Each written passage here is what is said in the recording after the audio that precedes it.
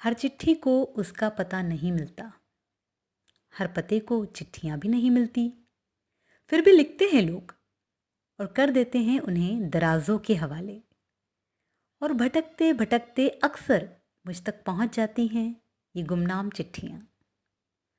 मैं ढूंढती फिरती हूँ इनके बाँचने वाले, क्योंकि जज्बातों का एक दूसरे तक पहुंचना ज़रूरी होता है।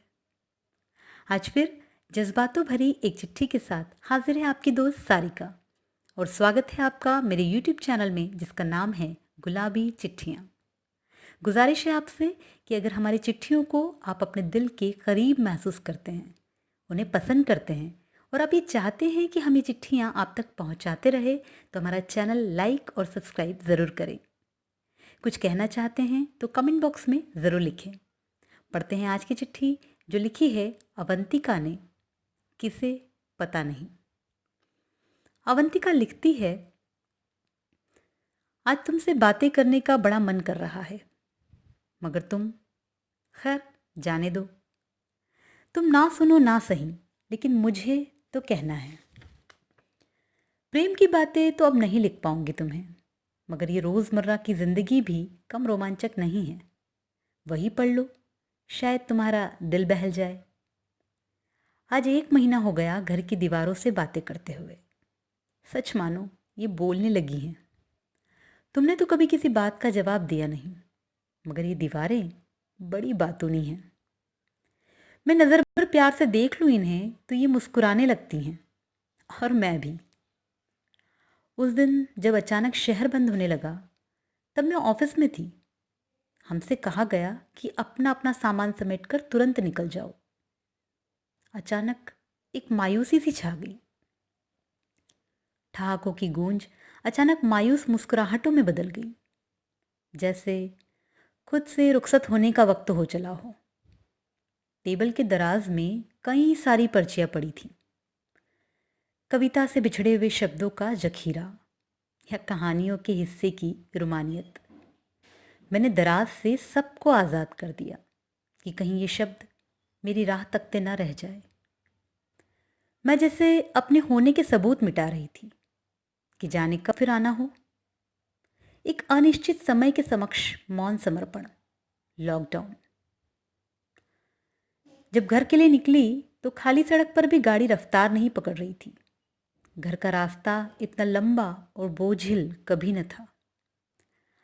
आसान नहीं होता यूं अपना सामान समेटकर बेवक्त लौट जाना, ये जाने बिना कि वापस कब लौटना है, आना है भी या नहीं। पता नहीं क्यों उस दिन मैं बहुत मायूस थी और बहुत सारे आंसू भी बहा लिए, और हमेशा की तरह सर पटकने के लिए कोई कंधा भी नहीं था। अब दीवारों पर तो सर नहीं पटक सकती थी ना, प्यार तो मिलता नहीं इनसे। सर फूट जाता सो अलग, इसलिए मैंने रिस्क नहीं लिया। मगर धीरे धीरे मुझे एहसास हुआ कि घर की दीवारें सहलाती भी हैं और प्यार भी करती हैं। इन्हें संवारा जाए तो दिन भर प्यार से निहारती रहती हैं। मुझे लगता था गर्मी की ये उबाऊ दोपहरें कैसे बीतेंगी, मगर इस नीरवता में भी कितना सुंदर संगीत है, ये अब जाना मैंने। कल दोपहर ठंडे फर्श पर तकिया डालकर मैं अलसाई सी छत को निहार रही थी। जीने पर्दों से छनकर हवा घर के भीतर आ रही थी। पत्तों की सरसराहट, चिड़ियों की चहचहाहट, दरवाजे पर लगी घंटियों की टन-टन और दूर किसी घर में एक छोटे से बच्चे की किलकारी। सचमुच कितना मधुर संगीत है इन सब में। इससे पहले मुझे पता ही नहीं था कि गर्मी की दोपहर भी इतनी सुंदर होती है। तुम सोच रहे होगे कि मैं ये सब तुम्हें क्यों बता रही हूँ। इन सब से तुम्हें क्या, इसमें तो तुम्हारा जिक्र भी नहीं है, ना ही कोई प्रेम की अभिव्यक्ति तुम्हारे प्रति। हाँ, नहीं है तुम्हारे लिए कोई भी अभिव्यक्ति। कब तक करती, थकना ही था मुझे उस एकांगी अभिव्यक्ति से। इस एकांत में अब ये थकान उतर चुकी है। अपने ख्यालों के साथ इस एकांत को जी भर कर जी लेना चाहती हूँ। डर बस इस बात का है कि अगर इस एकांत से मन लग गया तो उस मेले में निभाग कैसे होगा। खैर, जिंदगी हर हाल में खूबसूरत ही होगी, इतना यकीन है मुझे। अपने अच्छे एहसास तुम्हारे साथ बांटना चाहती थी, सो तुम्हें लिख दिया। चाहो तो तुम भी लिख सकते हो। पढ़ूंगी मैं पूरे मन से। उम्मीद तो नहीं है, मगर इंतज़ार रहेगा तुम्हारी चिट्ठी का। दीवारों और फर्श के प्यार में महकती एक बेमेल लड़की, अवंतिका।